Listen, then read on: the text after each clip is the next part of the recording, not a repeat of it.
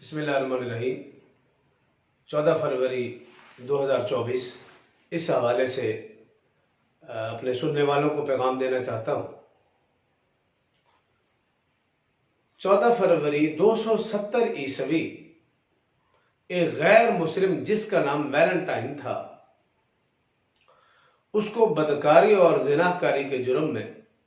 پھانسی کی سزا سنائی گئی۔ سزائے موت سے کچھ دیر قبل وہ لڑکی جس سے اس نے بدکاری کی تھی، اس نے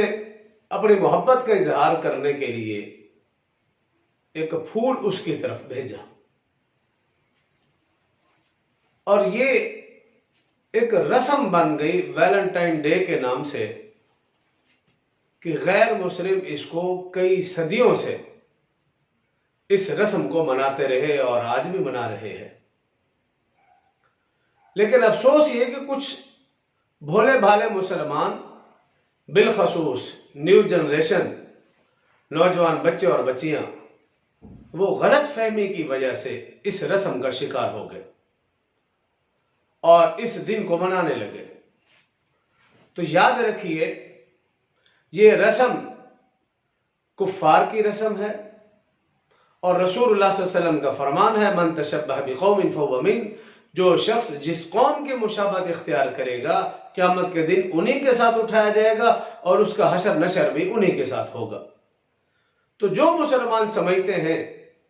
کہ ہمیں اسلام سے محبت ہے، ہماری نسبت رسول اللہ صلی اللہ علیہ وسلم کے ساتھ ہے، صحابہ، صحابیات، اہل بیت اعظام کے ساتھ ہے، ان مسلمانوں کو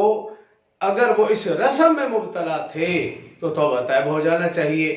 اور اگر پھر بھی اس رسم میں لگے ہوئے ہیں تو انہیں اپنے ایمان کی فکر کرنی چاہیے، کیونکہ رسول اللہ صلی اللہ علیہ وسلم کا فرمان ہے، الحیاء من الایمان، حیا اور ایمان یہ دونوں لازم و ملزوم ہیں۔ حیا ہے تو ایمان ہے، اگر حیا نہیں تو ایمان بھی نہیں۔ ایک اور حدیث میں فرمایا رسول اللہ صلی اللہ علیہ وسلم نے، اذا لم تستحی فاصنع ما شئت، جب تم میں حیا نہ ہو تو پھر جو چاہے کرتے پھرو۔